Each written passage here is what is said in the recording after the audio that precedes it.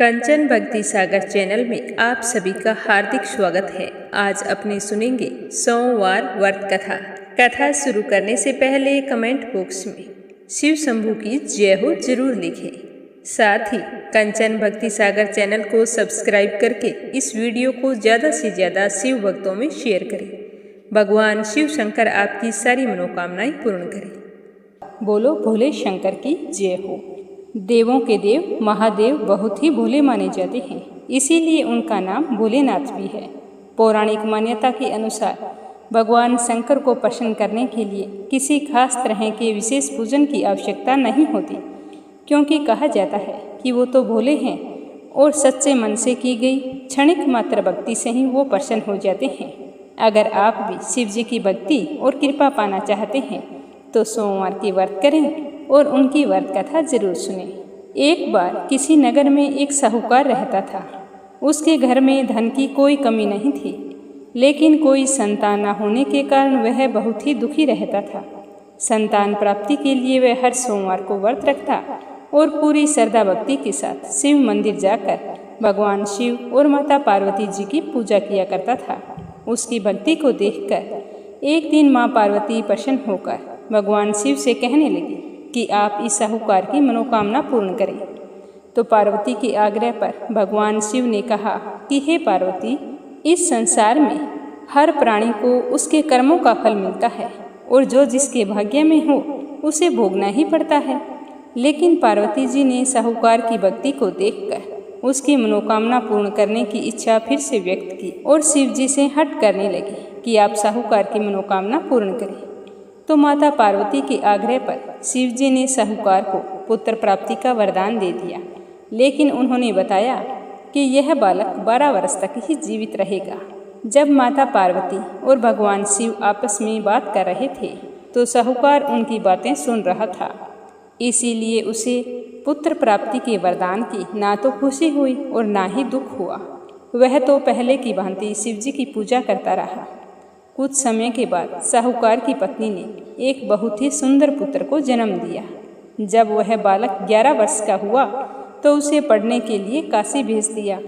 साहूकार ने पुत्र के मामा को बुलाकर उसे बहुत सारा धन देते हुए कहा कि तुम इस बालक को काशी विद्या प्राप्ति के लिए ले जाओ। तुम लोग रास्ते में यज्ञ कराते जाना और ब्राह्मणों को भोजन करा के दक्षिणा देते हुए जाना। तो दोनों मामा भांजे इसी तरह यज्ञ कराते, ब्राह्मणों को दान दक्षिणा देते काशी नगरी निकल पड़े। इसी तरह वो एक नगर पहुँचे। सूर्यास्त होने वाला था तो मामा भांजे ने वहीं पर रात गुजारने का निश्चय किया।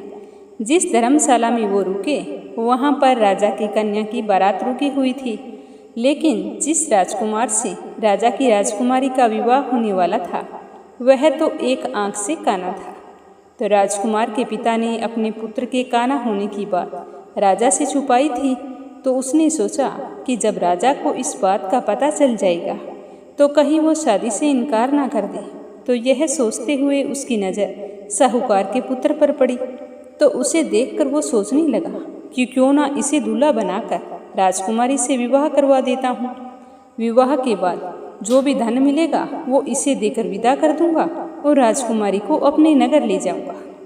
तो यह बात उसने उस लड़के के मामा को बताई।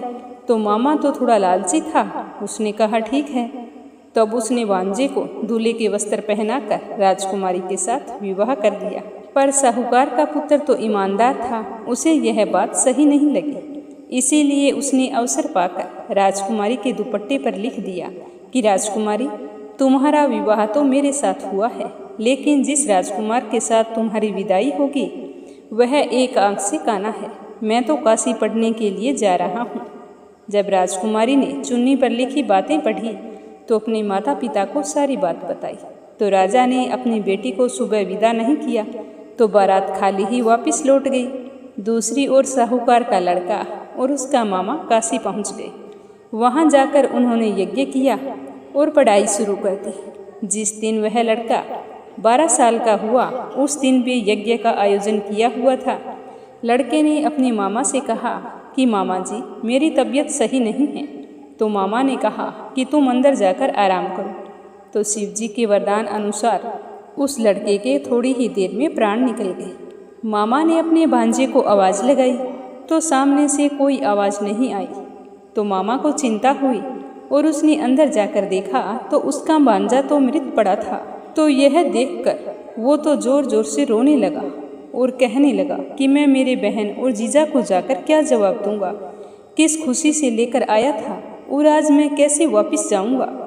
तो उसी समय शिवजी भगवान और माता पार्वती जी वहीं से जा रहे थे।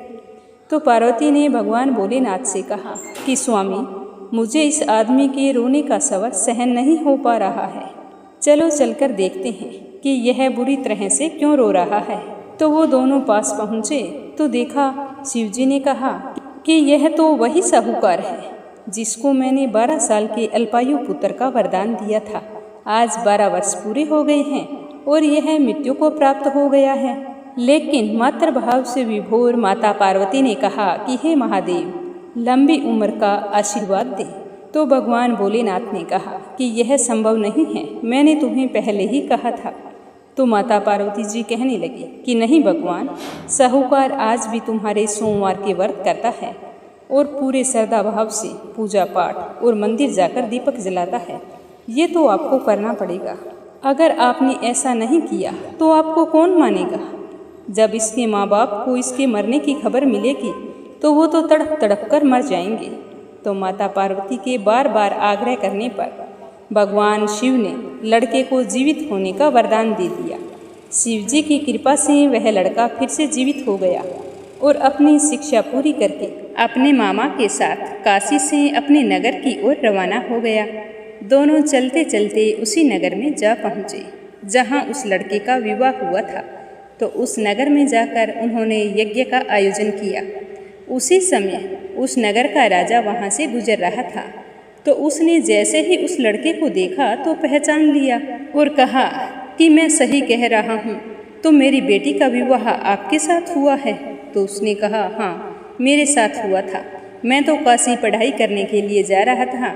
तो यह सुनकर राजा बहुत ही प्रसन्न हुए और घर ले जाकर अपनी पुत्री को यह बधाई दी। तो अपने पति को आया देखकर राजकुमारी बहुत ही खुश हुई। तो राजा ने कुछ दिनों तक मामा भांजे को अपने पास रखा, खूब खातिरदारी की और फिर अपनी बेटी को खूब सारा दान दहेज देकर विदा कर दिया। अब मामा भांजा और राजकुमारी तीनों नगर की ओर चल पड़ी। जैसे ही नगर के नज़दीक पहुँचे तो ग्रामवासियों ने जाकर उसके माँ बाप को सूचना दी कि तुम्हारा बेटा और तुम्हारा भाई आ रहे हैं। तो साहूकार और उसकी पत्नी भूखे प्यासे रहकर अपने बेटे की प्रतीक्षा कर रहे थे। उन्होंने यह प्रण कर रखा था कि यदि उन्हें बेटे की मृत्यु का समाचार मिला तो वो भी अपने प्राण त्याग देंगे। परंतु जैसे ही गांव वालों ने बेटे के जीवित होने का समाचार दिया तो वो बहुत ही प्रसन्न हुए। फिर गाजे बाजे के साथ अपने बेटे और बहू को घर लेकर आई। तो उसी रात साहूकार के स्वप्न में भगवान शिव जी ने आकर दर्शन दिए कि हे श्रेष्ठी, मैंने तेरे सोमवार के व्रत करने और व्रत कथा सुनने से प्रसन्न होकर तेरे बेटे को लंबी आयु का आशीर्वाद दिया है। इसी प्रकार जो भी कोई व्यक्ति सोमवार का व्रत करेगा और कथा सुनेगा तो उसके सारे दुख दूर होकर सारी मनोकामनाएं पूर्ण होंगी। तो यह सुनकर साहूकार बहुत ही खुश हुआ और भगवान को हाथ जोड़कर बार बार धन्यवाद करने लगा। तो भगवान भोले शंकर ऐसा कहकर अंतर्ध्यान हो गए। सुबह होते ही साहूकार ने अपने सपने की बात अपनी पत्नी, बेटे और बहू को बताई। तो तीनों जानकर बहुत ही खुश हुए। उस दिन के बाद में वे चारों सोमवार का व्रत रखने लगे और शिव मंदिर जाने लगे। बोलो भोले शंकर की जय हो।